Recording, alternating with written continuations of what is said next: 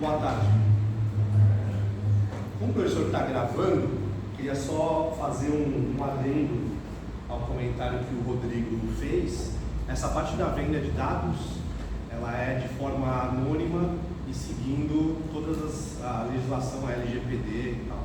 Então, está gravado, não teremos problemas nenhum com isso. Eu vou passar super rápido os aspectos técnicos da plataforma, porque eu acredito que vai valer bastante a pena a gente ter um tempo no final para perguntas. Então, acho que muitas das coisas que a gente falar aqui são coisas que vocês já sabem, são coisas que são comuns a produtos e a plataformas que têm grande escala no mercado. E aí eu acho que vale a pena então a gente se focar em conseguir usar o tempo para tirar dúvidas de vocês. Então, falar rapidinho de mim, eu trabalho na MarketUp desde julho, 2 meses, mas conheço o Rodrigo há 20 anos, conheço outros 2 sócios da MarketUp há mais de 20 anos, são meus amigos pessoais, então a gente acabou seguindo caminhos diferentes e agora a gente teve a oportunidade de voltar a trabalhar juntos. Mas eu trabalho já com tecnologia há mais de 25 anos, tem algumas empresas com as quais eu trabalhei, depois a gente pode falar mais em detalhes. O Rodrigo comentou que a nossa plataforma ela funciona na nuvem, acho que isso é um grande diferencial em relação a outros softwares de ERP principalmente. Então, uma experiência recente que eu tive como responsável pela área de tecnologia da Restock. A Restock é um grande varejista nacional, que é dono das marcas Lely Blanc, Dudalina, John, Bobô, Individual, várias marcas, mais de 200 lojas no país. E a Restock usava um ERP, usa até hoje um ERP da Lynx, né, que é uma das grandes empresas do mercado, junto com a TOTOS, o próprio Rodrigo comentou.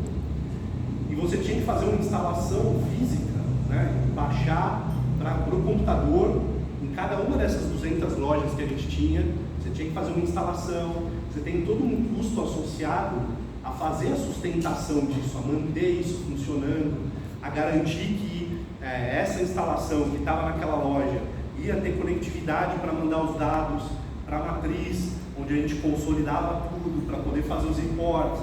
Então, você ter um software na nuvem, ele tem uma facilidade da sustentação em si do software, de atualização, uma grande mudança de paradigma. Como o próprio Rodrigo falou, não é nada novo, né? Muitas empresas hoje em dia já fazem assim, mas na área de softwares de gestão, muitos têm essa oferta e dizem que são na nuvem e tal, mas quando você vai ver na prática, ainda tem uma lacuna ali das empresas efetivamente colocarem isso para funcionar na prática. Então, acho que o fato de você ter uma solução na nuvem, ela te permite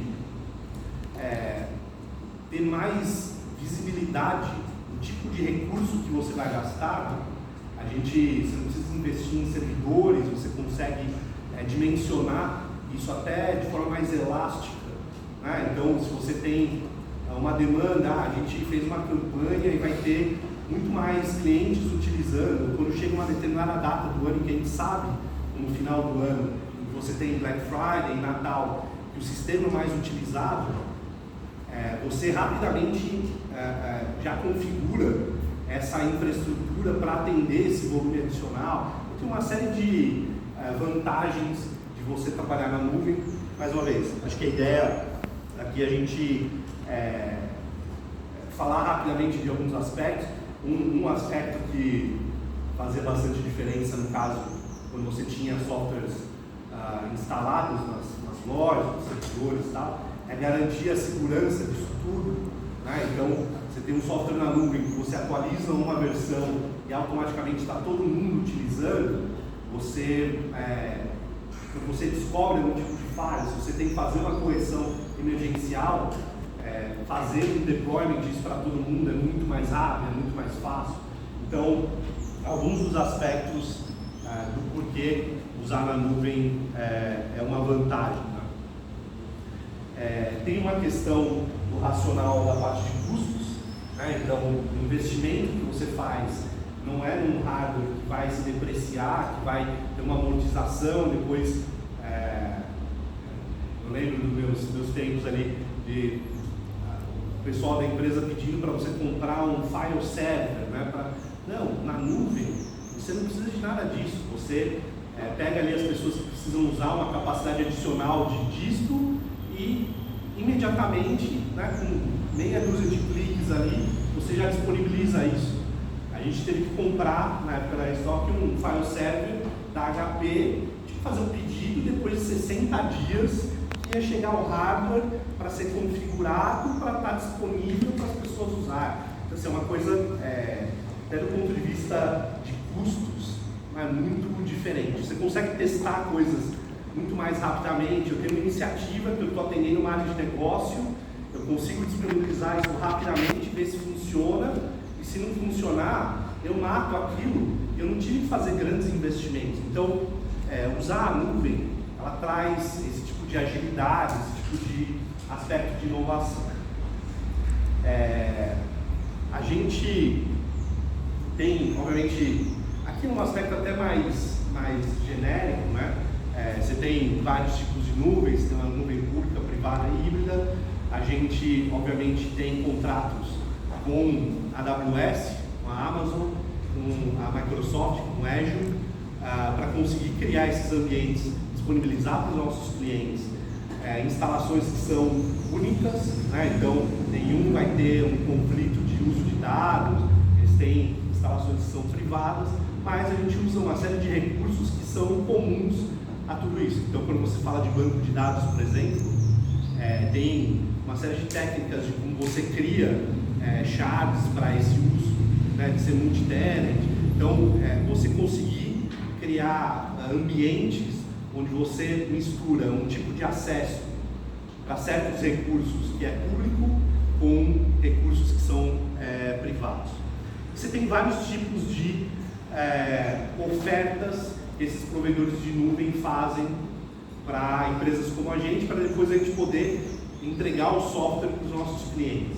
Então, o software em si, a gente chama ele de SaaS, né? Porque a gente está servindo ele para os clientes no software as a service, como serviço. Então, eles, no nosso caso, não pagam nada, eles acessam de forma gratuita, mas, mais uma vez, é um software que é oferecido como serviço, eles não precisam baixar nada, instalar nada, fazer essa manutenção. Ele funciona em cima de uma plataforma, né? No nosso caso, a gente usa o Azure, uma série de recursos gerenciados pelo próprio provedor de cloud. Então, toda a parte de automação de backup, toda a parte de controle de segurança.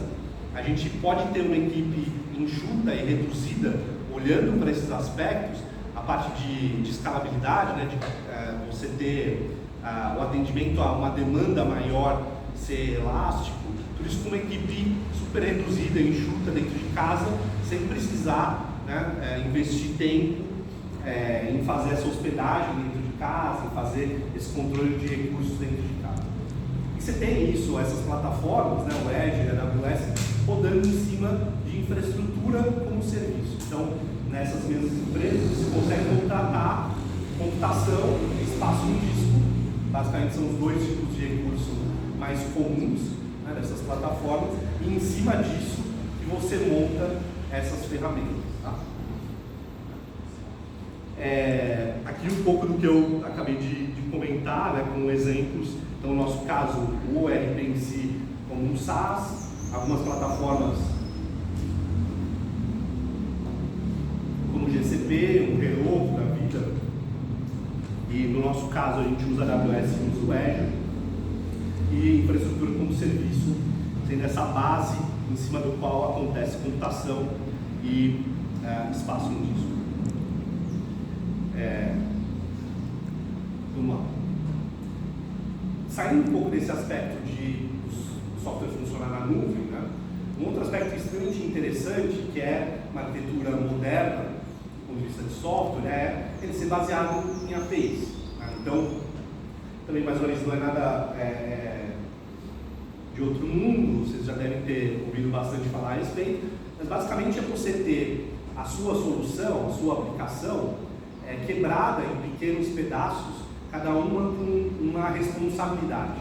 Né? Então você tem ali uma camada que vai fazer uma entrega de um front-end para o usuário final, que é super, uma velocidade, tem uma super performance, uma grande velocidade, que você consiga ter uma camada intermediária de regras de negócio, no nosso caso principalmente, como a gente fala de emissão de documentos fiscais, a quantidade de mudanças que o governo faz e que a gente tem que ficar atendendo e atualizando no nosso software, se a gente não tivesse isso com uma camada bem isolada para a gente conseguir fazer esses desenvolvimentos, o custo disso, de eu ter que espalhar isso ao longo do software como um todo, é muito grande. Né? Então você trabalhar com APIs, API como um conceito, você ter essas separações em camadas, e cada uma dessas camadas conversar com as outras, com interfaces bem claras e bem definidas, é um conceito de arquitetura moderna. Imagino que vocês, mais uma vez, também já conheçam, e o nosso software está baseado nessa forma. Uma das grandes vantagens, né, de a gente trabalhar com APIs é que você consegue facilmente fazer integrações com parceiros, né, ter terceiros consumindo essas APIs para gerar novos negócios. Então a gente tem, por exemplo, um parceiro que é o Let's Bank, que cuida da nossa parte de conta digital. Né? Então você, igual o C6 Bank, enfim, muitos outros que tem no mercado. Quando um usuário do MarketUp ele cria uma conta, ele tem ali a conta gratuita dele, do software de gestão, e ele pode solicitar para a Let's Bank de ter uma conta digital com eles, também gratuita. É uma parceria que a gente fez com eles e a gente faz essas conversas acontecerem. Imagina que o usuário ele acabou de se cadastrar, então eu tenho o CNPJ dele, o endereço, todas as informações cadastrais, e eu faço uma chamada à API do Let's Bank, passando esses dados e falo, olha, cadastra esse cara aqui. Se ele fosse fazer esse processo inteiro do lado da Let's Bank, ele ia ter que redigitar tudo isso de novo, cadastrar, passar por uma série de etapas, quando na verdade eu já tenho esses dados. Então, quando a gente fala de APIs, a gente serve muito para esse aspecto de você facilitar integrações, né? Você ter ali recursos do software disponíveis para outras empresas acessarem. Então, se uma outra empresa tiver um software, fizer uma série de controles financeiros e tal, e quiser usar a nossa API para fazer a emissão de uma nota fiscal, ele consegue. Pode ser um parceiro nosso. Vocês estão trabalhando, estudando agora, né, vão começar em algum momento a trabalhar com isso, quiserem construir uma solução e falarem, putz, meu foco é em resolver tal problema para tal usuário, etc. Mas eu preciso aqui de alguém que consiga emitir uma nota fiscal, a gente tem uma API, né, que já faz isso.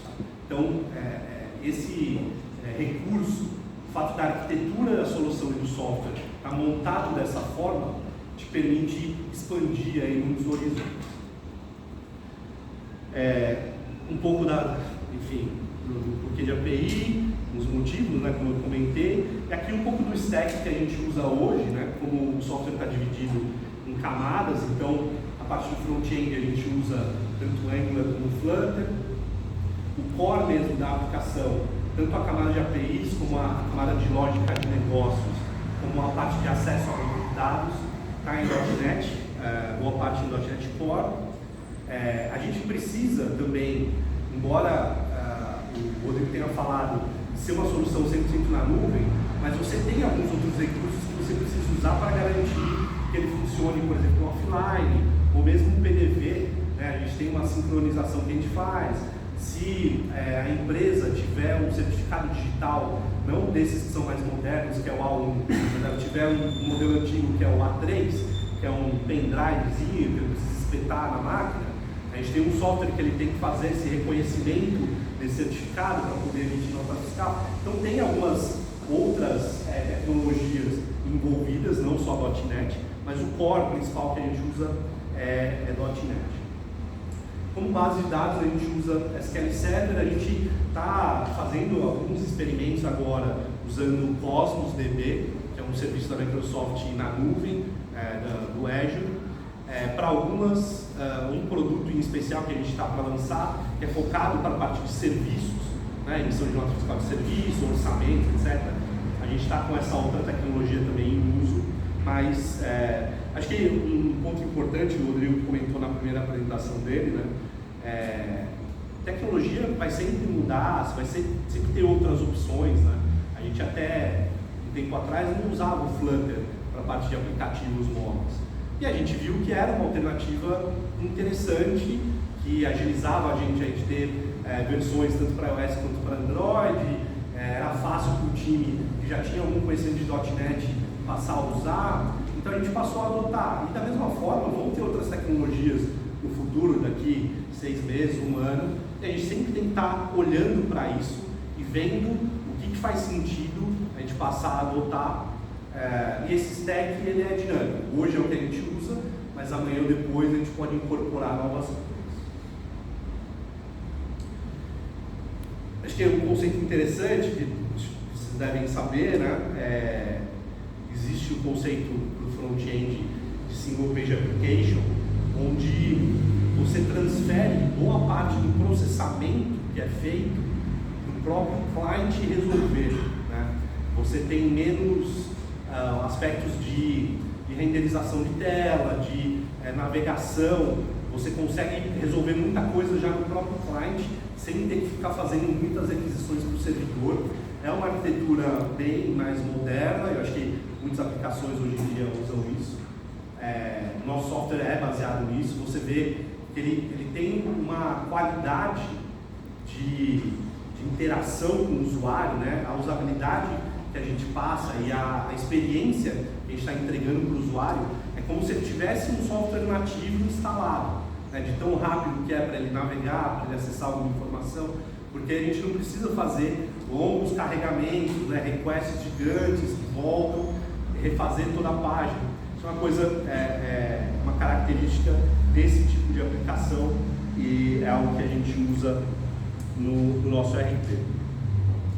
E aí também eu não sei o quanto o professor entra nesse tipo de discussão sobre arquiteturas de software, enfim, mas é algo também que em algum momento vocês vão encontrar na vida ali de vocês.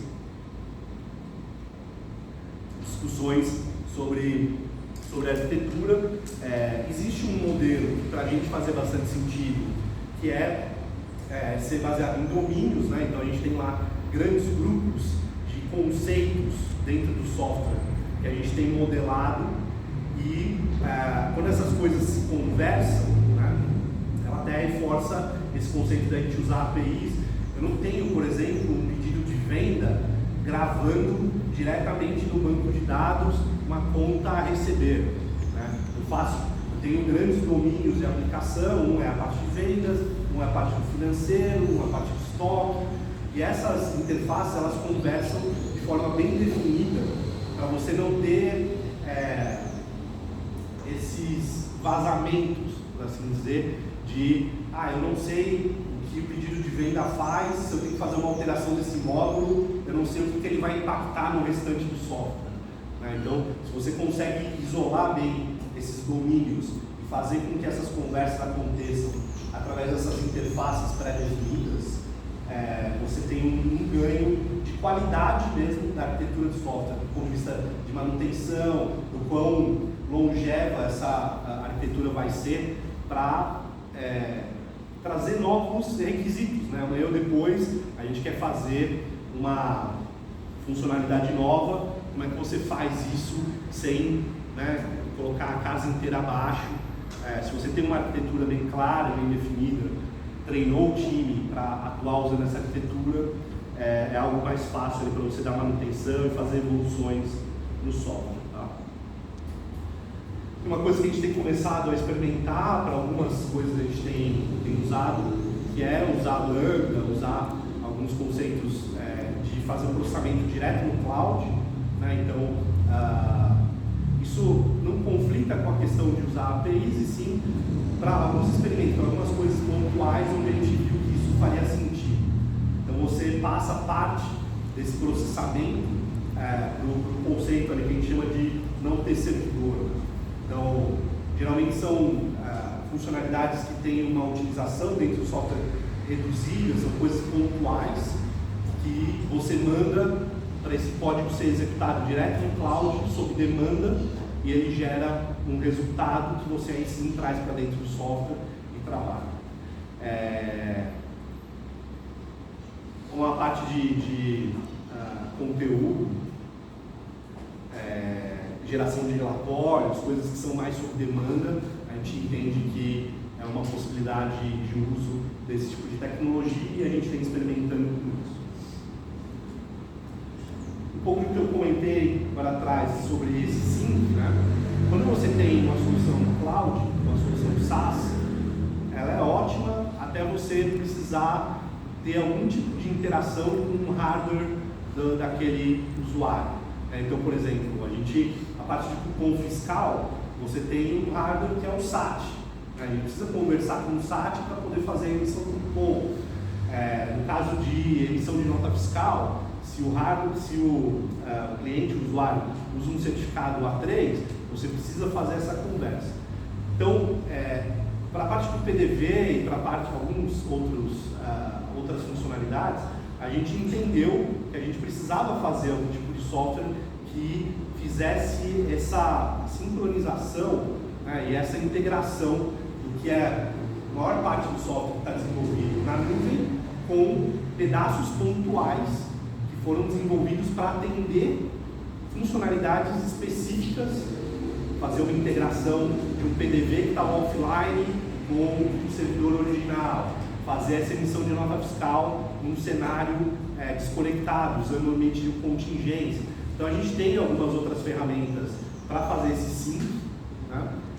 E essas ferramentas, de certa forma, aqui é um exemplo. A gente, em algum momento no passado, chegou a fazer algum tipo de integração, por exemplo, com o SAP, para ser o frente de loja, né, para ser o PDV de um ERP mais robusto, mais parrudo, como um SAP. Né? Até hoje não tem uma solução própria de PDV, de frente de caixa, e a gente consegue, por exemplo, fazer esse tipo de integração com esse software. Tá? E aqui um pouco também desse mesmo detalhe, uma integração, independente do tipo de PDV que eu tenho na ponta, a maquininha que eu vou usar para fazer a cobrança, a gente tem algumas camadas que fazem essa conversa e essa integração entre o que está na nuvem e esses hardwares específicos. A gente tem muitas parcerias com a Stone, Gemtech, enfim, Mercado Pago, são empresas que têm o seu próprio hardware, né? E aí a gente precisa ou fazer algum tipo de comunicação via API ou desenvolvimentos proprietários nesse caso. E último ponto que eu trouxe, acho que é importante falar, que como tendência, cada vez mais é comum você ver pessoas usando ferramentas de low code e no code. Né? Então, hoje, por exemplo, a gente usa o Flutter Flow para prototipar os aplicativos que a gente tem na parte mobile e depois fazer um desenvolvimento das partes principais ali para meio que rechear esse protótipo e ter rapidamente uma versão para a gente colocar no mercado, para a gente disponibilizar para os usuários testarem, etc. Existem serviços internos, por exemplo, para essa parte de automação, geração de dados, reportes que a gente gera para empresas parceiras nossas, Nielsen, GFK, a própria Unilever, onde a gente usa algumas ferramentas de no-code para poder mapear fluxos de, eu vou pegar esse dado de tal base, eu vou rodar tal processo para filtrar e deixar esse dado anônimo, e essas ferramentas eu não preciso fazer necessariamente scripts ou ter todo um desenvolvimento. Hoje já existem ferramentas que permitem a gente fazer isso mais do ponto de vista visual, né? Arrastando ali fluxos, montando isso visualmente e no final dando como uma saída uma tabela, ou um Excel, ou uma exportação de dados, que é o que vai para o cliente no final das contas. Então, só para comentar também que acho que isso é cada vez mais uma tendência, vocês vão ver bastante isso no curso de vocês e quando vocês estiverem mais próximos do ambiente corporativo. Então é legal comentar que a gente também faz algum tipo de uso já desse tipo de tecnologia. E acho que é isso. Acho que se a gente tiver um tempinho, seria legal perguntas para a gente poder se aprofundar nessa parte técnica, ou mesmo perguntas da parte de negócio, enfim, a gente está à disposição para a gente poder conversar. Acho que